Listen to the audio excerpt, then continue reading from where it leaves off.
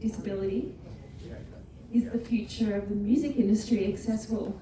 And that is the big question that we're going to ask today. My name is Eliza and I'm a proud disabled woman. As a disabled person in the music industry, I have faced a lot of barriers, especially physical barriers, but also attitudes and discrimination.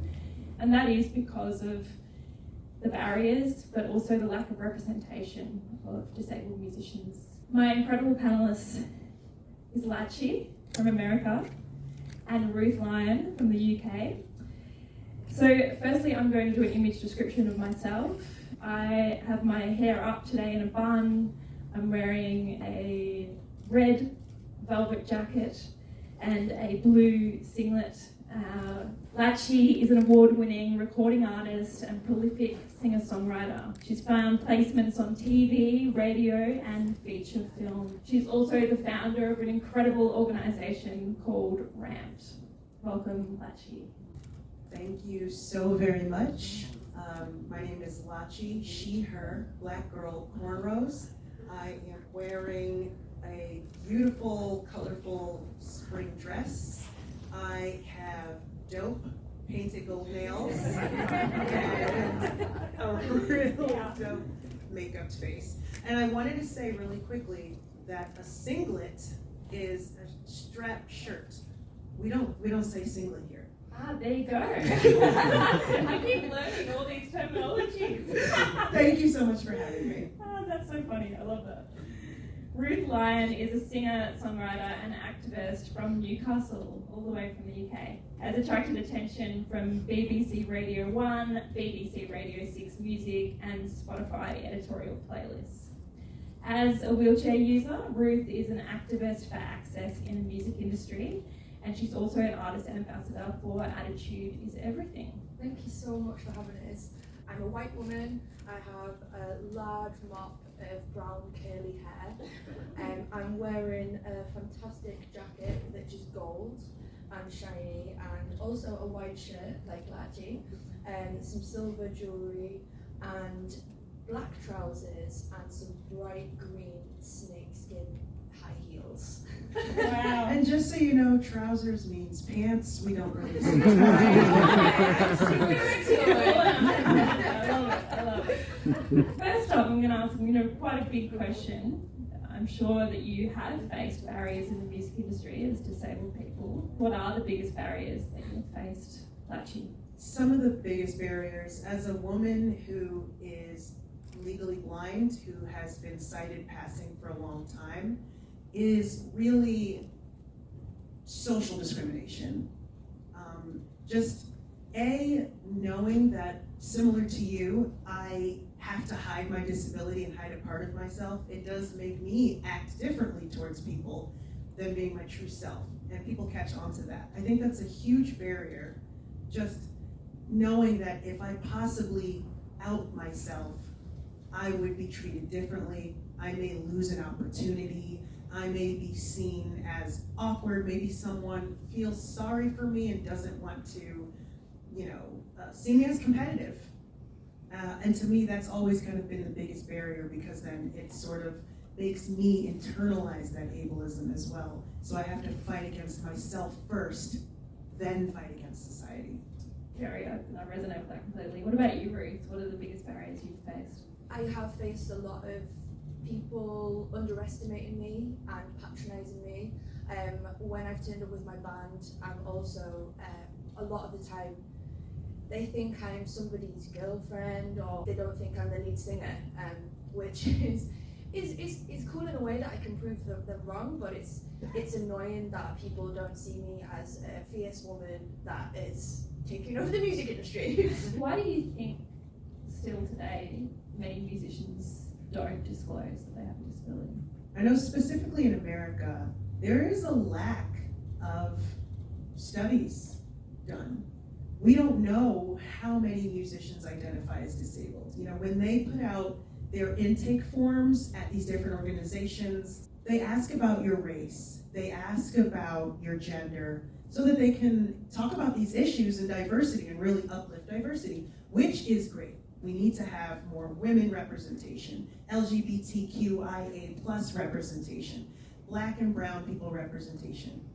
But until we start seeing disability as a diversity, we're not going to start seeing the studies we need to start asking the question why.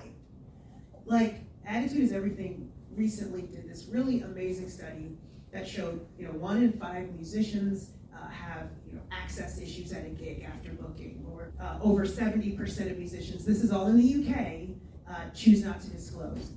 But we don't have that here in America, not even on a small scale.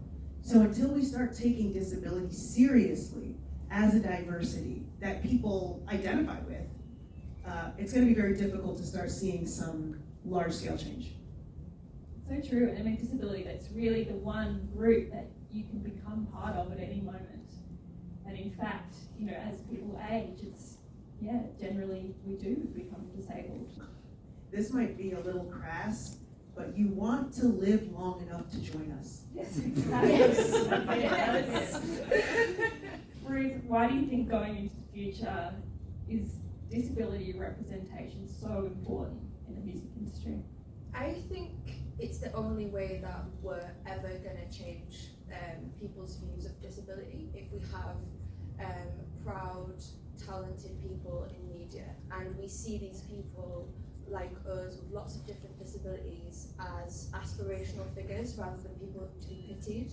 And I feel that my disability has taught me about my life, it feeds into my art, it makes me a more compassionate person, it makes me a more determined person for sure. For sure. And I feel very, very powerful in that. But I think that if we don't have that representation, then the non-disabled community are really losing out, because I feel like we've got something really special to share. Lachi, how is RAMP changing that? What are you doing, and why is the time now to have an organisation like RAMP? Here's why RAMP is so important. A lot of times when people think of people with disabilities, they're quick to go to infantilization. They're quick to think, oh, children, oh, the children. And so there are a lot of different organizations out there to help children with music, maybe to get instruments, or maybe to help parents get their child into music or to training. But as soon as they turn 18, no one cares anymore. And what RAMP is to take musicians who are professionals, bring us together as a coalition to say to the greater music industry, all right, it's our time. We are professionals. We deserve to be paid like professionals. We deserve to be spoken to like professionals. We deserve to be on the same stages as our colleagues, as our counterparts, and we deserve not only to be seen, but to be heard. We can't get a seat at the table if we can't get into the room in the first place. So someone needs to say that. And the only time folks in the music industry listen to anyone is when you speak to them from a place of confidence and machismo. And that is what RAMP is. Because we are confident musicians, because we're professionals and we know what we're doing and we know what we're talking about. That message has really resonated with the music industry. And now that a lot of the people in charge look different, at the end of the day, we've been sort of banging against a straight, white, cis male wall. And now that we have different leadership, we are being listened to, so now really is the time. RAMP has been talking with the Recording Academy about making some really major changes with the Grammys. RAMP has been speaking with other very large-scale organizations like Women in Music and the National Independent Venue Association. We've been covered in the New York Times, Variety, Billboard. Everyone is looking at what we're doing because they see that we're doing it in the way that really they needed to hear it. And so they're ready to listen. I just want us to be able to shove our hand in the door before it's shut and rear it back open. The trick is to keep the water boiling. And so anyone out there who knows of a professional musician that is not a part of this coalition, we implore you to come join us. Anyone out there who's not a professional musician and who doesn't even have a disability, We implore you to come sign up for our mailing list and follow us and support us. You can support us monetarily, or you can just be a part of what's going on and check out some new amazing music and some new amazing artists. That's what Ramped is all about. And by the way, Ruth, you need to join. Yeah. That's what Ramped is all about.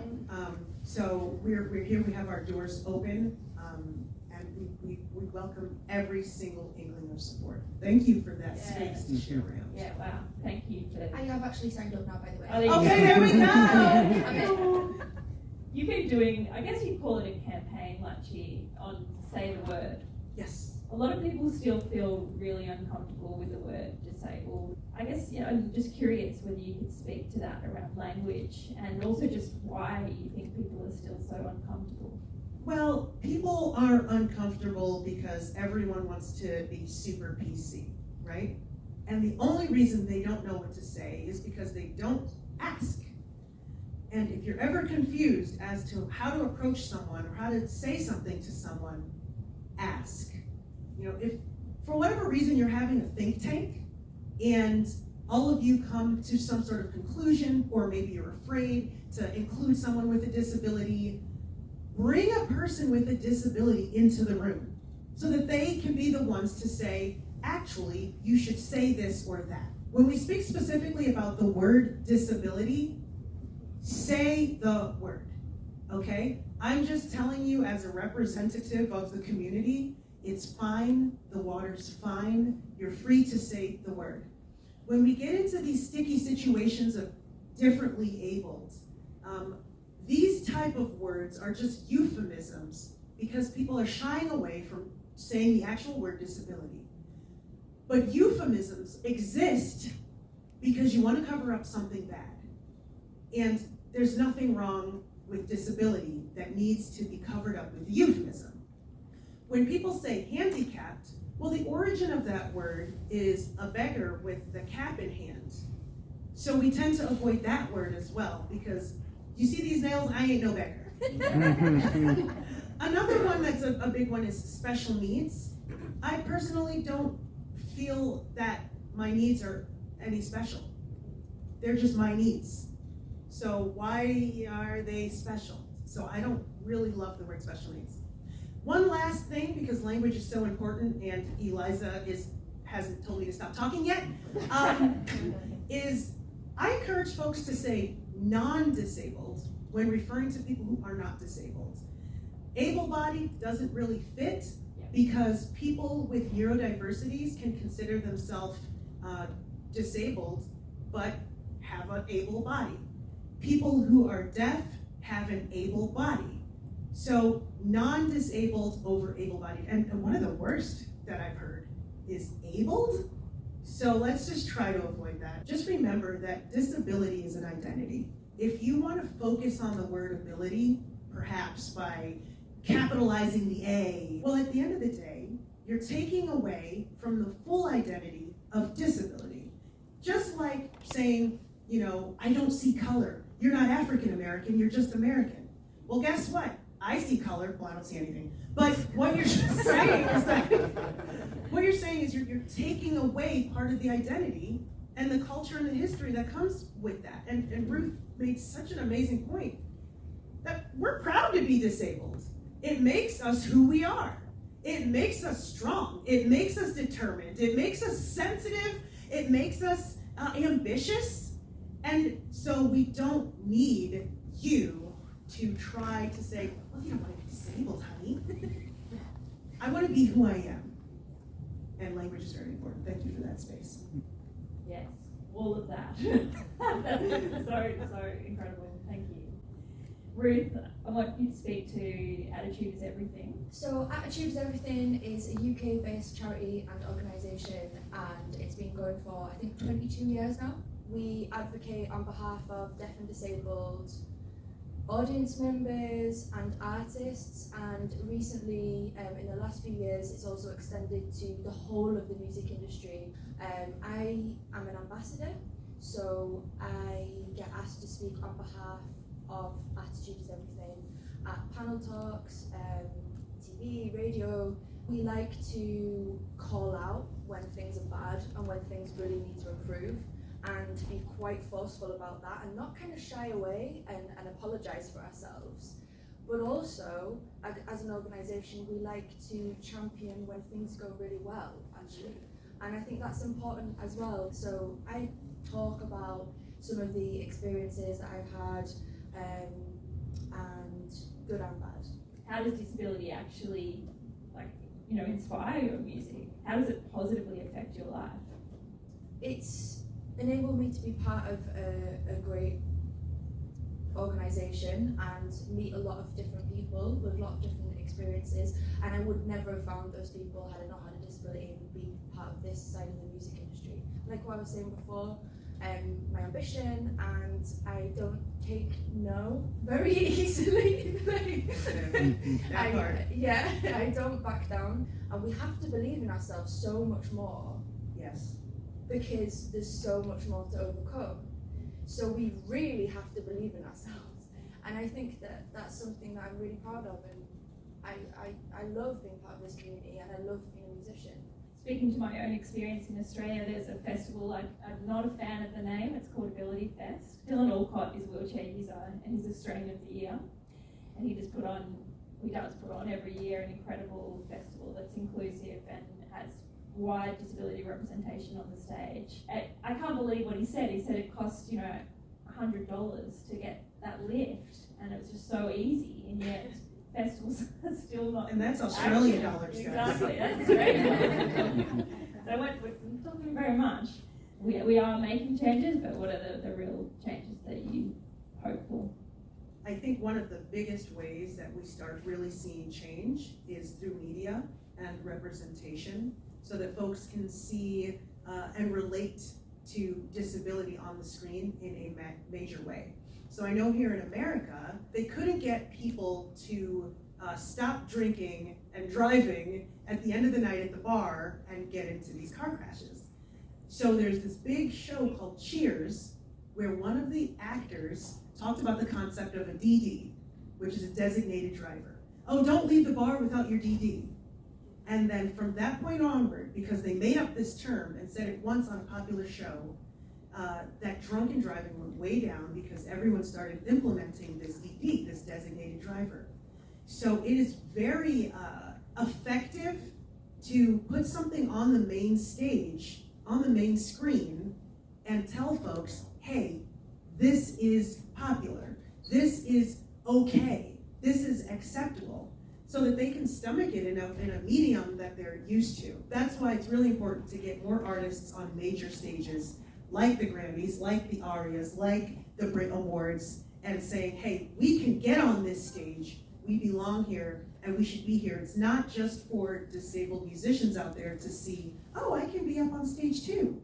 But it's for non-disabled folks to say, oh, disabled people should be up there too. Yeah, absolutely. And I just have one final question for both you, Ruth and Lachi.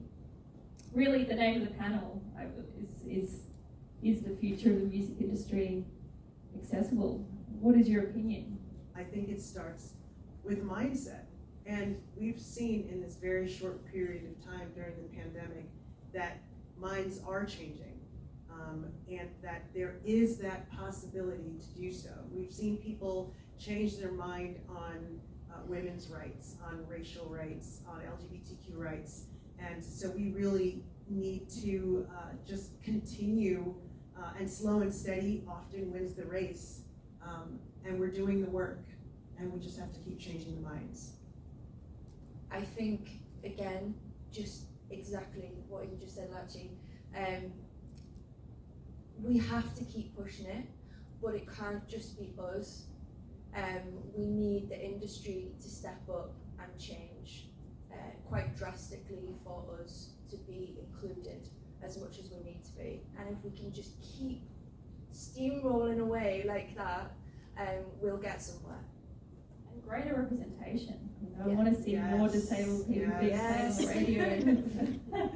Yeah, absolutely. Thank you so much, Ruth Lyon and Lachi. Wow, thank you. My name is Eliza.